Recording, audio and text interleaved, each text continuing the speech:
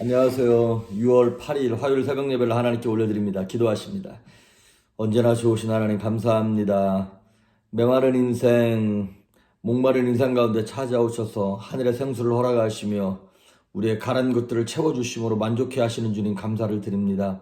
푸른 초장과 실만한 물가로 우리를 인도하심으로 이 땅을 사는 동안에도 하늘을 소망하며 평강 있게 하시고 담대하게 하시고 강건할 수 있기를 바라오니 오늘도 말씀하시며 진토에 붙었던 우리의 영혼을 회복시켜 주시옵소서.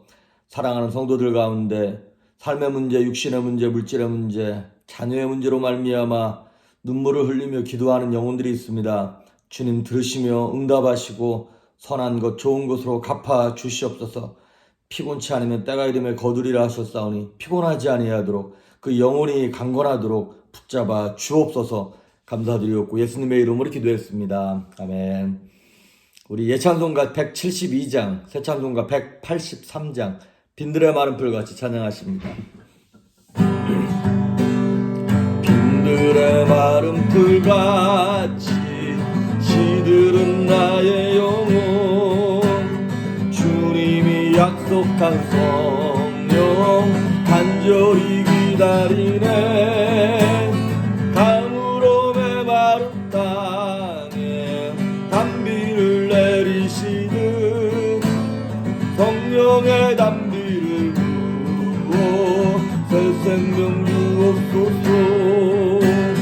반가운 빗소리 들려 산천이 춤을 추네. 봄비로 내리는 성령 내게도 주옵소서. 가물어 메마른 땅에 담비를 내리시듯 성령의 담비를 부어 새 생명 주옵소서. 절 따라 우고를 내려 초목이 무성하니 갈급한 내 심령 위에 성령을 부으소서. 가물어 메마른 땅에 담비를 내리시듯 성령의 담비를 부어 새 생명 주옵소서. 참되신 사랑의 언약 어길 수 있사오랴. 오늘의 흡족한 은혜 주실 줄 믿습니다. 가물어 메마른 땅에 담비를 내리시듯 성령의 담비를 부어 새 생명 주옵소서.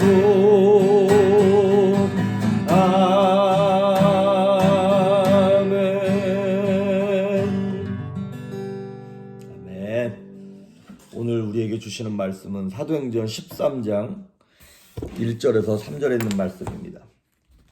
사도행전 13장 1절부터 3절까지 봉독해 올립니다. 안디옥 교회에 선지자들과 교사들이 있으니 곧 바나바와 니게르라 하는 시몬과 구레네 사람 루기오와 분봉왕 헤롯의 젖동생 마나엔과 및 사울이라. 주를 섬겨 금식할 때에 성령이 이르시되 내가 불러 시키는 일을 위하여 바나바와 사울을 따로 세우라 하시니 이에 금식하며 기도하고 두 사람에게 안수하여 보내니라. 아멘. 자, 드디어 사도행전의 1장부터 이제 시작한 그 성령의 역사 2장부터 이렇게 있었던 그 전반부를 차지하고 있던 성령의 역사 2막으로 들어가는 거예요. 그래서 예루살렘 교회가 1막에서 막 부흥되어지고 이방인들에게 복음의 어떤 맛을 조금씩 보여주면서 이제 새롭게 2막이 사도 바울이 등장하면서 이 복음의 역사가 이제 이방 땅으로 전해지는 위대한 시작이 이제 13장에 시작되는 거예요. 자, 그러면 본격적으로 그걸 들어가기 전에 우리가 사도행전에 보면 뭐 여러 교회가 사도 바울이 개척한 교회들이 나오긴 합니다만은 크게 보면 두 종류의 교회가 있습니다. 하나는 예루살렘 교회고요. 하나는 안디옥 교회입니다. 예루살렘 교회는 예루살렘에 있는 유대 땅을 대표하는 교회고요. 안디옥 교회는 이제 그 이방 지역을 대표하는 교회라 그럴까요? 그래서 13장부터 28장까지 어떤 모든 교회들의 어머니 교회 같은 역할을 안디옥 교회가 하고 있고, 그리고 예루살렘 교회는 또 그 안디옥 교회를 낳게 만들었던 더 깊은 어머니 교회라 그럴까요? 그렇게 볼 수 있습니다. 단순 비교를 하자면 예루살렘 교회는 그 당시 적어도 3,000명에서 5,000명이 넘는 대교회였어요. 12명의 예수님이 직접 가르쳤던 가룟유다를 뺀 11명, 12명의 사도가 리더가 되어서 교회를 이끌어갔었고요. 기적과 능력이 아주 많이 나타났던 교회였습니다. 반면 안디옥 교회는 그렇게 예루살렘처럼 큰 교회는 아니었죠. 추측하건대 한 수백 명 정도 모이지 않았을까? 하지만 오늘 1절에 2절에 나오는 것처럼 한 5명 정도의 영적 리더들이 딱 지키고 있으면서 이 사람들은 유대인들과 이방인들이 함께 섞여 있는, 어찌 보면 복음 때문에 피난오고 도망온 사람들이 함께 모여 있는 교회예요. 그래서 이거를 단순하게 비교를 하자면 예루살렘 교회는 교회의 탄생이고 안디옥 교회는 교회의 성장이라고 말할 수 있어요. 예루살렘 교회는 탄생이면서 생존이 목적이었어요, 사실은. 하지만 안디옥 교회는 생존뿐만 아니라 이것을 이제 더 성장시키는 사역이 목적이었습니다. 어느 교회가 더 좋다, 훌륭하다 이렇게 말할 수는 없어요. 두 교회가 다 필요합니다. 두 스타일 모두가 다 필요한 교회예요. 예를 들면 여의도 순복음교회처럼 막 방언을 하고 기적이 나타나고 뜨거운 성령의 역사가 막 겉으로 드러나는 이런 교회가 필요한가 하면, 또 한편으로는 그 무슨 소망교회나 이런 교회처럼 되게 조용하고 차분하고 막 그렇긴 하지만 오히려 또 그런 교회를 통해서 하나님께서 조용하게 잔잔하게 영혼들을 구원하는 그런 교회도 필요한 것처럼 둘 다 이렇게 귀하고, 모든 교회는 다 예수님의 몸입니다. 그러니까 나는 어느 교회가 더 잘 맞아 이렇게 표현할 수는 있어도 이 교회가 이 교회보다 더 낫다, 이 교회가 더 훌륭하다 이렇게 표현할 수는 없는 것입니다. 하지만 이제 우리가 21세기를 살아가는 성도로서 지금 우리에게 더 필요한, 더 좋다라기보다도 더 필요한 교회는 무엇인가를 한번 생각해 볼 필요는 있다라고 생각되어집니다. 우리가 이제 이 복음이 전파되는 1세기를 지나면서 지금 21세기 2000년의 이제 시간적인 이 갭이 있지 않습니까? 근데 이게 약간 비슷해요, 보니까. 1세기 때는 로마가 그 지역을 다스리고 있었고, 지금 21세기는 그래도 모든 나라들이 국권을 갖고 있지만 어찌 보면 전 세계의 경찰 역할을 하고 있는 미국이 다스리고 있는 거나 마찬가지죠. 그러니까 1세기 때는 로마가 자기 라틴어도 있었지만 그 당시 주요한 언어였던 헬라어가 그들의 언어였고, 21세기는 전 세계의 공용어 같은 지금 영어가 잡고 있고, 그 당시에는 팍스 로마나 로마의 평화였지만 지금은 어찌 보면 무력을 앞세운 팍스 아메리카나 똑같아요. 사실 평행을 가는 것 같아요. 그 당시에는 모든 길은 로마로 통했지만 지금은 모든 길은 이제 인터넷으로 통하는 그러한 세상을 우리가 살고 있습니다. 그런데요, 참 1세기 그 당시에도 로마가 결국에는 막 힘으로 무력으로 모든 것을 다 할 것 같았지만 결국에는 200~300년 안에 기독교가 로마 제국의 심장부에 들어가가지고 로마의 국교가 기독교가 됐던 것처럼 지금 소망 없어 보이는 21세기를 우리가 살고 있습니다. 하지만 이때에도 역시 소망 없어 보이지만 성령의 역사, 여호와의 영, 하나님의 신의 역사하면 우리가 생각하지 못한 부분에서 틀림없이 복음의 진보가 일어나고 선교와 사명을 감당할 때 하나님의 영광이 드러날 줄 믿습니다. 자, 그러면 지금 이제 21세기를 살아가는 우리가 1세기에 나타났던 안디옥 교회와 예루살렘 교회 등을 보면서 배울 것은 좀 배워야 한다는 것이죠. 근데 지금 21세기에 맞는 교회는 안디옥 교회가 확실히 맞는 것 같습니다. 안디옥 교회에 모여있는 구성원들을 보니까 각계 각층의 사람들이 다 밍글돼 있어요. 멜팅팟이라 그러죠. 다 섞여 있어요. 1절에 보니까 거기 누가 있었냐면 그 선지자들과 교사들이 있는데 그 리더들 5명이 나와요. 첫째는 바나바. 유대인으로서 이 사람은 되게 부유한 사람이었어요. 그러니까 지금으로 말하면 아주 그냥 완전 부르주아 계층이에요. 근데 이 사람이 그 안디옥 교회에 아주 핵심 목사님의 역할을 하고 있는 거예요. 그리고 두 번째는 니게르라고 하는 시므온. 니게르라고 하는 것이 뭐냐면 이게 로마식 이름인데 우리가 흔히 말하는 니그로라고 하는 얘기예요. 흑인이에요. 니게르라고 하는 시므온. 그 다음에 세 번째 사람이 구레네 사람 루기오. 구레네가 어디냐면 아프리카 리비아입니다. 근데 마가복음 15장 21절에 보면 예수님의 십자가를 대신 짊어졌던 구레네 사람 시몬에 대해서 얘기할 때 시골에서 올라왔다는 얘기를 해요. 이 구레네라고 하는 것이 따지고 보면 아프리카 사람이기도 하지만 대개 시골 촌동네 출신이라고 하는 그런 의미가 있는 것이죠. 구레네 사람 루기오. 그 다음에 분봉왕 헤롯의 젖동생. 그 당시 분봉왕 중에 하나였던 헤롯 가문의 뭐 이렇게 이복동생 정도 되는 거겠죠. 젖동생. 그러니까 이 사람은 왕족이었겠죠. 왕족인데 안디옥 교회 리더 중에 한 사람이 된 거예요. 그리고 우리가 잘 알고 있는 이제 바울이라고 하는 사울이 여기 있는 거예요. 바울은 바리새인 중에 바리새인이었고 가말리엘 문화생이었고 정말 석학 중에 석학이었죠. 시골에서 올라온 사람, 부유한 사람, 가난한 사람, 뭐 왕족 다양한 사람들이 안디옥 교회에 모여 있는 거예요. 미국이 그렇잖아요. 지금 우리 교회가 그렇잖아요. 뭐 한국에서 정말 좋은 학교 다니고 뭐 이렇게 부족함이 없이 자랐던 사람도 와 있고 정말 힘들고 어렵게 정말 삶을 살았던 분들도 교회에 와 있고 그렇게 함께 민글대면서 예수님을 섬기고 있는 공동체가 바로 우리 교회잖아요. 이민교회지 않습니까? 그러면 이 안디옥 교회가 이렇게 하나 될 수 있었던 이유가 무엇일까?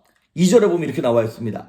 주를 섬겨 금식할 때에 성령이 이르시되 내가 불러 시키는 일을 위하여 뭐 이들을 바나바와 바울을 따로 세우라. 예? 주를 섬겨 금식할 때 하나님을 섬길 때에 성령께서 말씀을 하셨어요. 우리가 저들이 하나 될 수 있었던 이유는 성령의 음성을 같이 들었기 때문에 그랬습니다.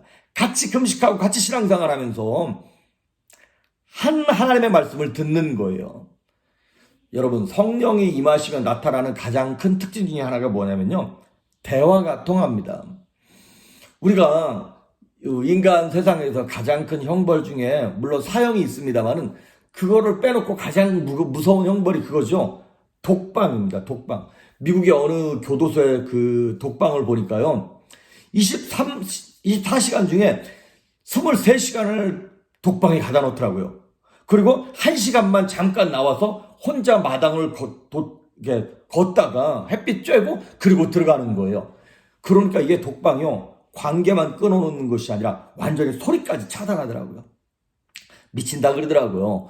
여러분, 우리가 언제부터 서로 마음이 안 통하고 대화가 안 통했나요? 에덴 동산에서부터. 하나님께 범죄하는 순간 하나님과 말이 안 통하는 거예요. 그러고 난 다음에 바벨탑 사건을 통해서 언어가 달라져요. 그러므로 말미암아 같이 옆에 있는 사람과 가족들끼리도 말이 안 통하고 부부끼리도 말이 안 통하고 부모 자식 간에도 말이 안 통하는 거예요. 현대 사회의 문제가 그거잖아요. 같은 영어를 쓰고 같은 한국말을 쓰는데 부부끼리 말이 안 통한다는 거예요. 자식들하고 소통이 안 되는 거예요. 그런데 오순절 성령의 역사가 임함으로 말미암아 이 오순절 성령의 역사로 인하여서 말이 통하기 시작하는 거예요. 방언을 하게 하심으로 하나님과 소통하게 하시고 하나님과 통하니까 비록 언어는 달라도 서로 사랑하고 품어내며 이해하려고 하는 그러한 영적인 말이 통하게 되는 것이죠. 이 안디옥 교회가 다 똑같이 하나님을 섬겨서 금식했어요. 하나님을 향하여 귀를 기울이니까 하나님이 똑같이 말씀하셨죠. 그래서 그 성령의 음성을 들었기 때문에 하나님이 바울과 바나바를 따로 세워라. 여러분, 그 5명 리더들 가운데 바울하고 바나바, 바울이 어찌 보면 담임 목사님하고 수석 부목사예요. 그런데 이 두 사람을 딱 세워가지고 저들을 선교지로 보내라는 거예요. 이거 지금이야 우리가 당연하고 뭐 깨어있는 교회들은 이렇게 한다고 생각하지만 2000년 당시에 이거를 순종하기란 너무나 어려웠을 거예요. 교회의 기둥이 되는 리더 두 사람을 빼버리라고요? 그런데 저들이 한 음성을 들었어요. 같은 음성을 들었어요. 그렇습니다.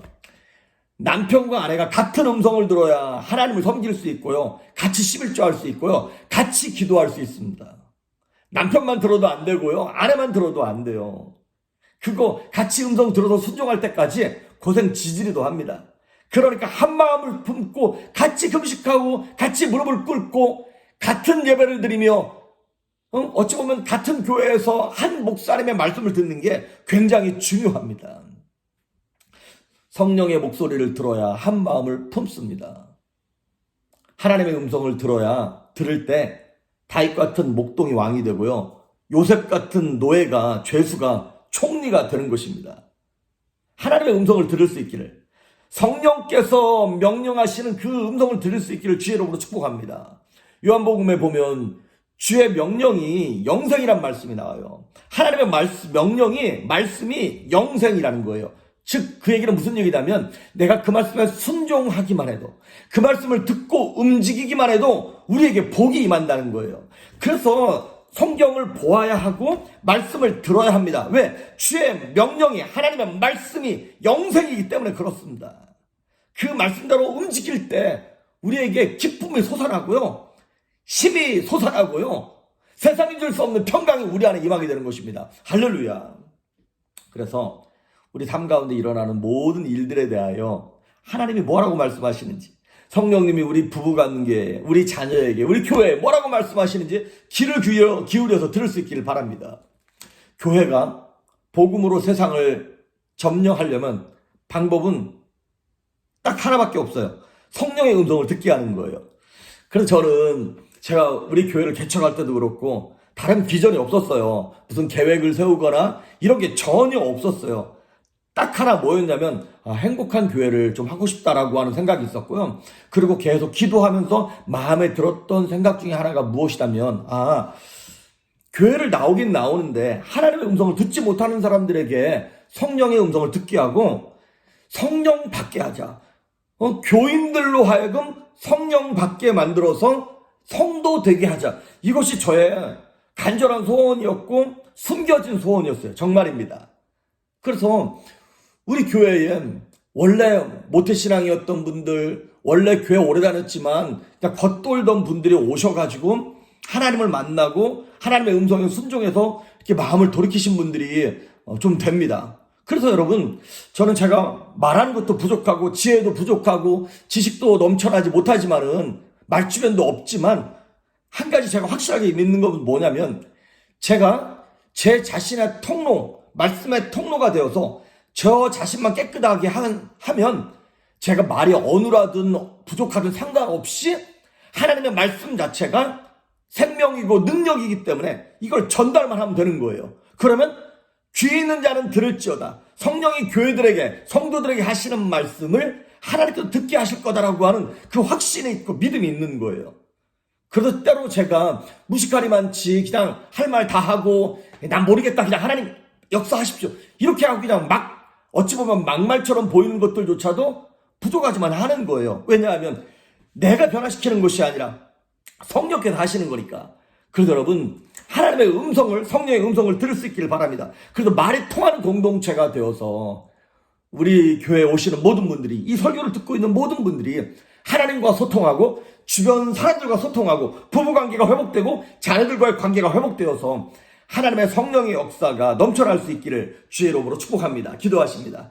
좋으신 하나님 감사합니다. 위대한 시작이 안디옥 교회에서 시작되었던 것처럼 우리 졸풀교회에서도 시작되게 하시고 이 말씀을 듣는 성도들에게 시작되어지게 하시며 우리들의 부부관계, 우리 자녀관계 속에서도 회복되어질 수 있도록 역사하여 주시옵소서. 감사드렸고 예수님의 이름으로 기도했습니다. 아멘.